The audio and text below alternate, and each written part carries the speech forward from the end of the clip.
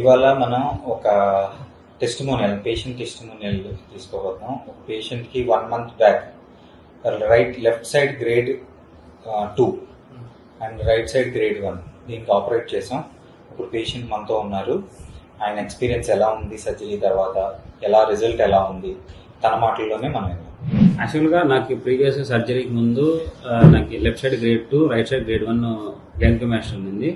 But నేను ప్రీవియస్గా ఎప్పుడన్నా జస్ట్ బయటికి వెళ్ళి ఫంక్షన్లోకి వెళ్ళి ప్లెయిన్ టీ షర్ట్ వేసుకోవాలన్నా, లేదంటే స్విమ్మింగ్కి వెళ్ళినప్పుడు టీ షర్ట్ రిమూవ్ చేసి ప్లెయిన్ బాడీతో స్విమ్ చేయాలని నాకు చాలా గిల్టీగా ఉండేదన్నమాట.